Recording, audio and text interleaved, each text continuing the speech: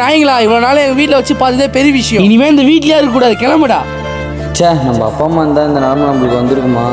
டேய் சஞ்சய் தினேஷ், நில்லுங்கடா. எங்கடா போறீங்க? நில்லுங்கடா.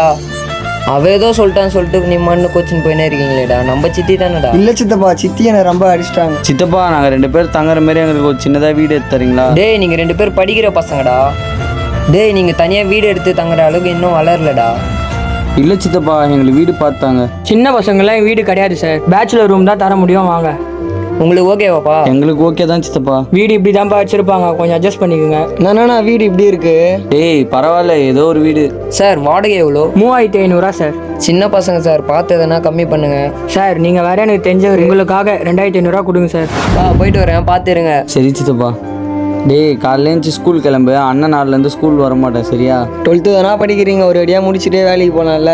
அண்ணன் வீட்டு வாடகை 2500 கட்டணும். அதேமாதிரி நீயும் படிக்கிற. நீ ஃபஸ்ட்டு படுறா, அதுக்கப்புறமா நான் படிச்சுக்கிறேன், சரியா? சரிண்ணா. அன்று இரவு. எவ்வளோதான் குடிச்சாலும் பத்தையே மாட்டேங்குதுடா. ஆமாடா. யாரா நீங்களா?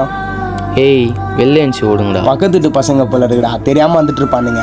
ஏய், சீக்கிரமா ஏஞ்சிட்டு வாடா போகலாம். டேய் தம்பிங்களா, என்னடா ஆச்சு? அங்கிள், உள்ளே யாரோ குடிச்சிட்டு வந்திருக்காங்க அங்கிள். டேய், சின்ன பசங்க ஏன்டா மிரட்டுறீங்க? இனிமேல் மிரட்ட மாட்டான்ட்டு. இனிமே அவங்க இங்கே தான் தங்க போகிறாங்க, நீங்கள் பத்திரமா பார்த்துக்கணும். பார்த்துப்போம். டேய், அவனுக்கு குஷ்டு வந்திருக்கானுங்க போல. நீங்கள் வாங்கடா, இன்னைக்கு எங்கள் வீட்டில் பத்துங்கடா.